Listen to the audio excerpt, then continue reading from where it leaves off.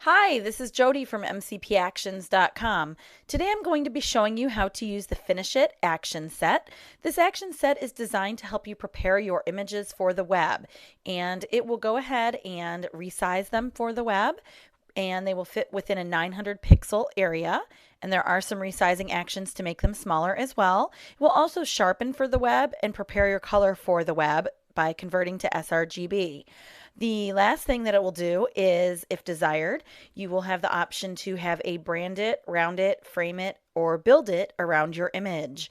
And what that is, each one is a little bit different. I'm going to go in here in the set and kind of explain it.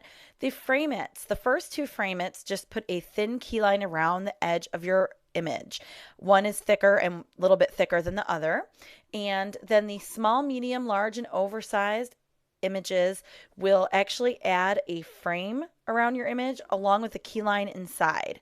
It's very pretty. The bottom heavy will just also add a little bit of space at the bottom of your image if you want to be able to type something or have a little bit more space. The branded actions. The branded actions will add what is I traditionally called in my Blog It board sets a branding bar, but this is a little bit like a branding bar plus, so I wanted to give it a little bit new of a name. And a branding bar plus, or brand it if you will add a bar to the right, left, bottom, top, or bottom and top of your image. There are a couple different designs, a small one, a large one, or a framed one. The frame one has a little bit of a border all the way around, but then the bar either at the left, right, top, or bottom. Okay, and then the branding iron actually is also in the brand it set area, and that one will just place your logo on your image and get it ready for the web with the sharpening and everything else, but no borders at all. Okay, and then the round it area will round out your photo. If you've been looking at some of those pretty rounded edge displays on people's blogs, this is one of the ways they can get it. Rounded lightly is going to do a very light rounding. Rounded perfect is my favorite. It's just a perfect rounding, perfect rounded corners. Bottom heavy is going to give you again that extra space at the bottom of your photo. Rounded extra is just going to be a very heavy rounding. Rounded oval will literally make your photo almost into an oval shape. It's not quite a perfect oval. And rounded circle will make a perfect circle if you follow the directions carefully of your image. So it will be within a square constraint. And it looks great on certain images. Quite unique. The build it actions will put a big color block to the right, left, or bottom of your image. It helps to fill space. If you like your images to be more one size, it will make them a little bit closer to a square, and by putting this big color block on the different sides. And you can really match your photo or something on your blog, a color on your blog, and really make it work for you. So it's really nice. The size it actions are all different sizes if you need to go smaller than a 900 pixel area. Again, it's 900 pixels on either the going from top to bottom or right to left, depending if your photo is horizontal or vertical. And this way, if you need it smaller, if you have a more narrow blog with columns and such, you have the option of going as small as 500 pixels top or bottom, and 850, and everything in between by 50s. So we've got that set. Okay, I'm going to go ahead and now and show you how it works. First thing we're going to do is I'm going to go ahead and pick a picture, and I'll just show you a couple different options on this. Okay, so this baby, let's see, it's a horizontal picture. So we need to figure out what would look best in a horizontal. Well, the frame it's will look good on pretty much everything. So I'm going to go ahead, I'll show you the medium frame it. I'm just going to press play, and you'll see it runs through a series of steps, and it's sharp. It's crisp, and now it says to click stop if I don't want a logo on here. If I do want to put a logo on here and brand it, I will click continue. So I go ahead and click continue, and I'm going to go ahead and I believe this is Gina's, yes, from P Head Prints. And we're going to go ahead now, I'm going to hold my shift key down. The reason I do this is it constrains the proportions. And so I hold my shift key down and I drag the logo to make it smaller so it's going to fit in the right area. And then I'm going to just move it over where I want it. And then I need to either click enter, return, or at the top of my screen, you'll see there's a check mark, which commits the transformation. And you'll see I could be ready to put this on my blog right now, just one click.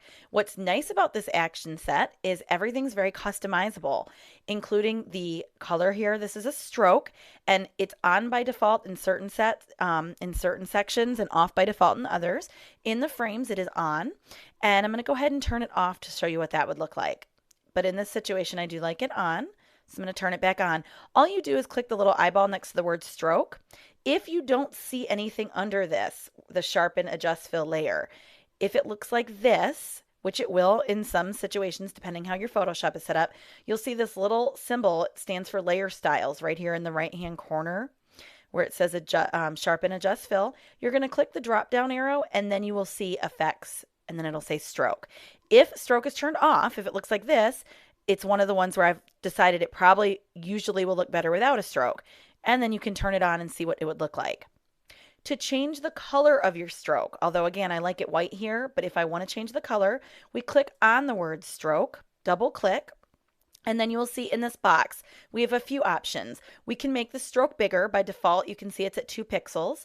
If I want to make it bigger, I can just slide this over or slide it back. If I don't, there's now 3 pixels.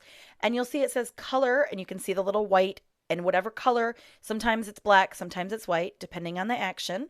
I will double click this and the color picker box will come up. Then I could pick any color I want. So I could come in here. If I hover over the picture, I could match, say, like this would, and it'll pick up on the colors of it. Or we can stick with something like white and click OK when you've made your change, and then click OK in the layer style box as well. That's how you'll change their stroke color. To change the border color, and this will read a little differently depending on the particular section. It'll say change border color, or it may say change brand, the branding color, that type of thing. And you're going to double click this, and again, the color picker box will come up. Let's say I want this a dark brown. I can hover and click in here anywhere I want to try and match the picture. So there's a real nice rich brown color, almost black. I like that. If I wanted to hand select a color, I can click anywhere within this box. And if I don't like the colors here, I can come into this rainbow, and I'll show you that, and it'll show me other colors I can choose. And you can see as I move, it will keep changing. So let's go ahead again and pick a nice dark brown and click OK. And I'm ready to go. If the sharpening looks too much, here's what you need to do. Select the sharpen, adjust, fill layer. You'll see it will say fill, and the default on the sharpening is at 61% on all the actions. Here, if you need to change it, just click this little arrow where it says fill and decrease or increase the sharpening to taste. You're at 100%. This is exactly what it will look like on your website in terms of sharpening. So you don't need to zoom in or out or anything like that. You should be able to judge it pretty well. Okay, now why can't you change the opacity? Most people are used to changing opacity.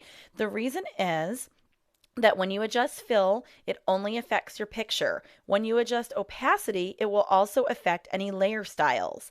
Well, we have a layer style built into this layer, as you can see. So if I decrease the opacity, it will get rid of the stroke. Also worth mentioning is if you have a stroke on, you will not be able to selectively do your sharpening. What I mean by that is you cannot use the mask. If you do, and I'll just show you to demonstrate here, if we try to mask something out with black and I come in here, it's going to paint real funky on your picture. Go back a step. So you do not want to do that with this set. If you need to do selective sharpening, you will want to take the sharpening off down to 0 and sharpen it yourself. But this sharpening is pretty mild, and because it is for web, you should be okay.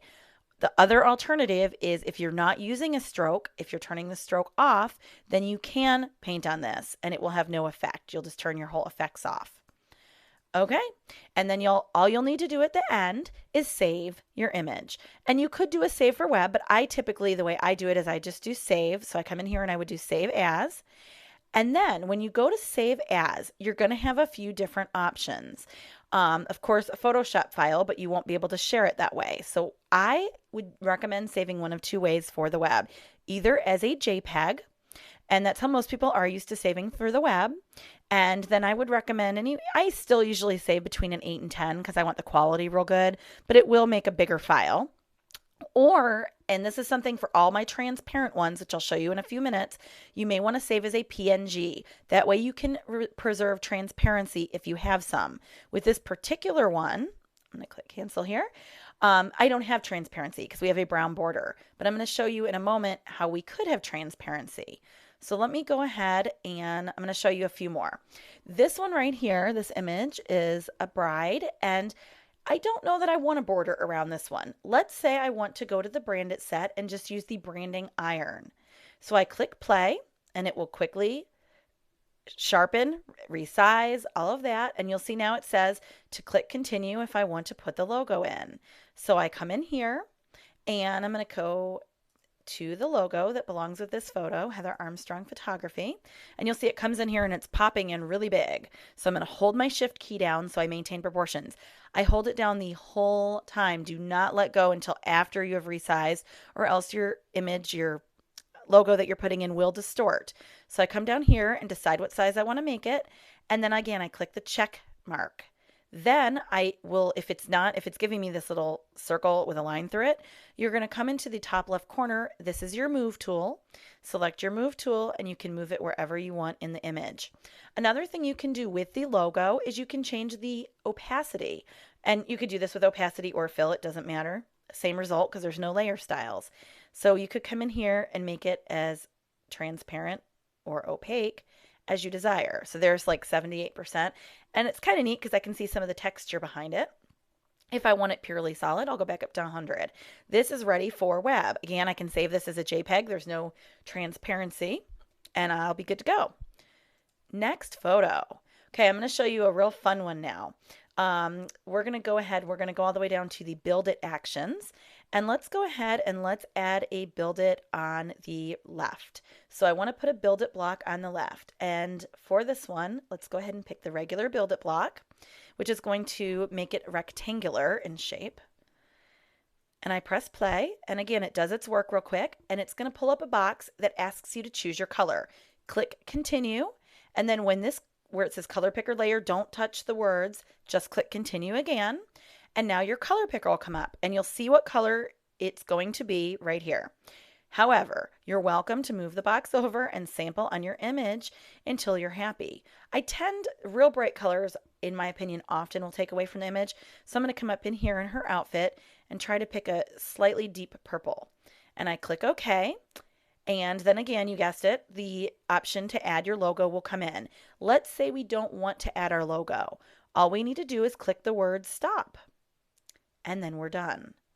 And your action will expand if you click stop, so you can just unexpand it. Now, if you are using the buttons, if you like button mode, which I personally am not a button mode user, but if you use button mode, you will want to turn this off if you know you're not going to be using the logo option, like if that's just not something you want. Or if you get tired of seeing the message that says, do you want to put your logo in? All you need to do is these last two steps right here in each of the actions. Every single action other than the sizes will have these same last two steps. It will say stop, select place menu item. All you will need to do is uncheck these two boxes right here next to stop and the place menu. If you uncheck them, it will no longer ask you to put your logo in. So if you know you prefer type your logo or you do not brand your stuff with your logo, then you can go ahead and uncheck those. Also, that way when you're in button mode, it will not leave it ready to finish up the action. Okay, so I'm going to go ahead and check those back off because I may want to, but let's say I didn't want to add my logo on this one. Right here. Here's our image. Now, let's say I look at this and I'm like, don't love that color. Well, we can come back in here, double click, and we can change it. I can come in here and just make it a little bit brighter and then click OK. Also, you'll see the stroke is off. There's no little eyeball next to the word stroke here, but it is ready to be stroked. If I click it, it's going to add a black stroke just around the picture, not around the box. So usually when I add a stroke with these Build Its, I tend to like my stroke to match the color of this big color block. Now you'll notice obviously with black and dark purple, it's not a huge deal, but if I double click the word stroke, you'll see there's the black. And if I just click on that once, I can come hover on that big purple, click OK, and okay. And now my line is purple. Now, when would I use it with a line versus out? Well, it depends on your, taste, really. That's the biggest thing. And also, like, it depends if you like a more finished off look or a little bit edgier. Because again, you can turn the stroke off here and you can see picture block. And this just kind of makes it more of a complete look. It depends on your taste. Okay, let's move on to the next picture. Okay, this one is from Kelly Moore Photography. And we're going to go ahead and we're going to go with this one. We're going to do a brand it also. Let's do brand it right. So we're going to come in here and do brand it right. And we'll do the large brand it right here. And I'm going to click play. And it quickly runs through. And again, the default is black here. This one you're not picking as you go. And you'll see it gives us the default to put our logo on. And I'm going to click continue. And I'm going to come in here and pick Kelly's logo. Now, the bar is sideways and my logo is going left to right. So obviously that's not going to fit well unless I just want a plain old bar. So what I'm going to do is I'm going to alternate the logo. I'm going to turn it. And all I do is while it's still selected, I'm just kind of coming in one of the corners and you'll see an arrow that points both ways and you're just going to turn it until you see how the lines are a little bit crooked. When I come in here and they match up straight. Actually, I don't know if yep, right there. Then it's straight and we come in here. If it's not, we can always change it later.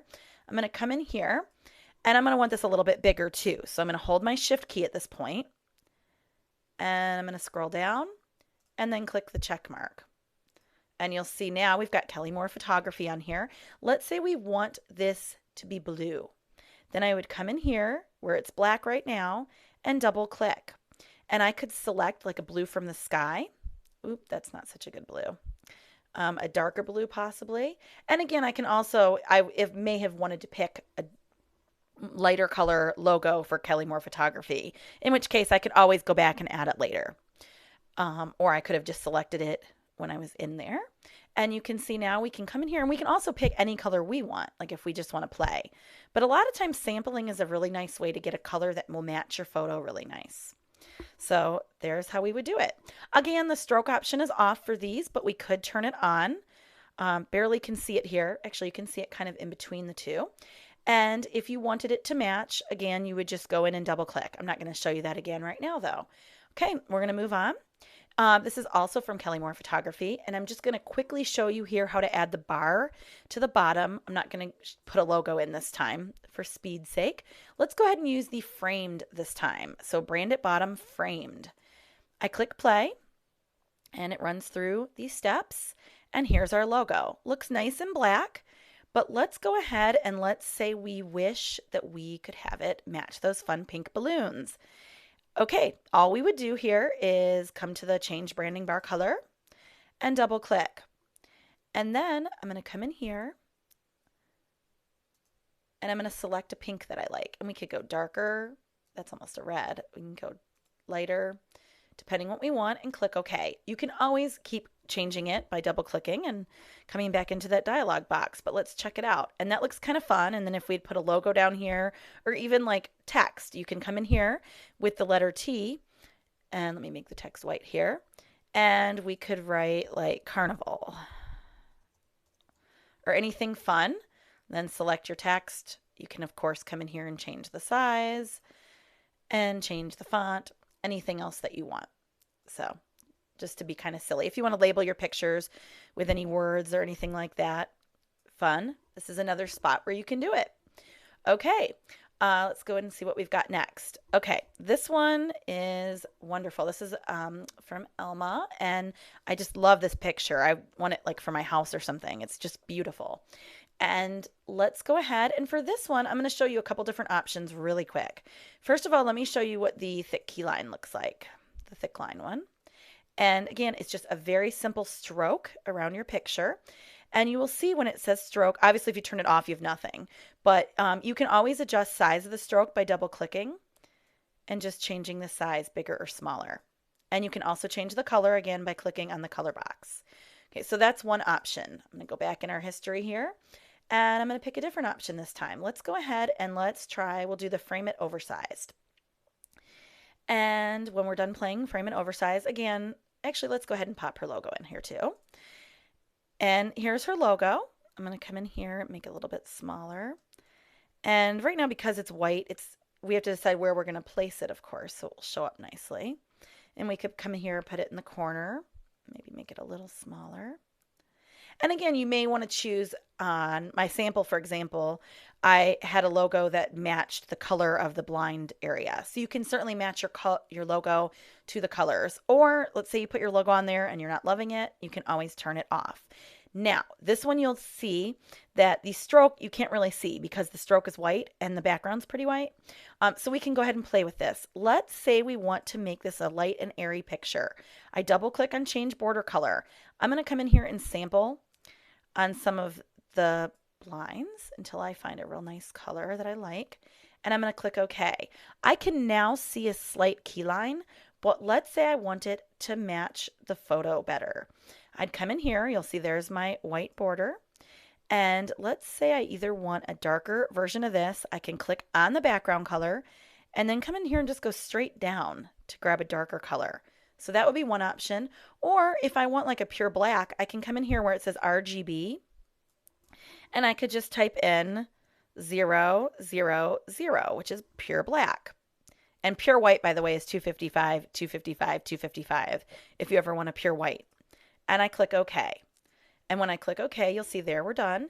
Let's say I look at this, I'm like, wish it was thicker. You can again come back into stroke and make the stroke a little bit thicker. This picture, there's probably 20 ways you could border it, all different kinds of combinations, because you could also come in here and match up with the red and take off the stroke. All kinds of fun ways you can handle this picture, and each one gives it a completely different look. It's really fun. Okay. And let's go ahead for this one. I'm going to show you the round it option. Okay, so we're going to go ahead and use round it perfect, and I'm going to click play.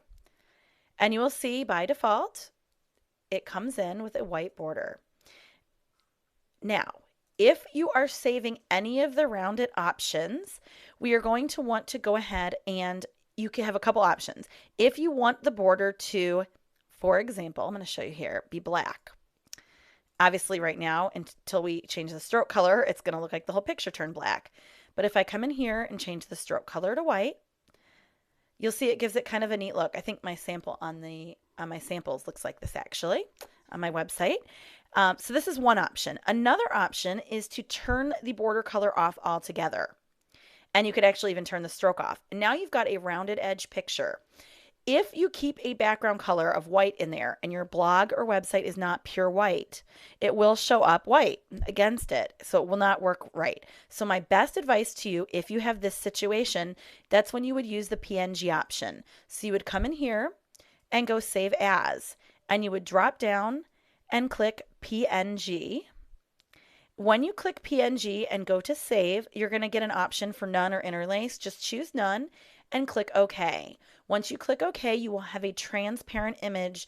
The edges will be transparent. Anything that's checkerboard will be transparent, and it will work beautifully on your blog. These work a little bit differently because you can't change the color of the block once you're done running them. So we're going to come in here and let's go ahead and do a build it right with the rounded. And when I click play, you'll see it comes up and it asks me for my feedback.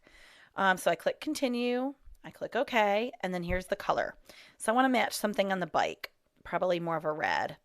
And then I click OK, as long as I'm happy with this. If I'm not happy, I will not be able to get back here later in this particular one. So I click continue, and you will see now, I'm going to click stop here, not to put the logo on, and you will see here it looks great. The sharpening looks a bit intense on this one. So I'm going to go ahead under fill, and I'm going to decrease the sharpening. So there's at 36% looks much better. Now, if I place this on my blog like this, you will see the white. If your blog's white, that's great. If it's not, you want to turn this off, or even you can take this layer and throw it in the trash.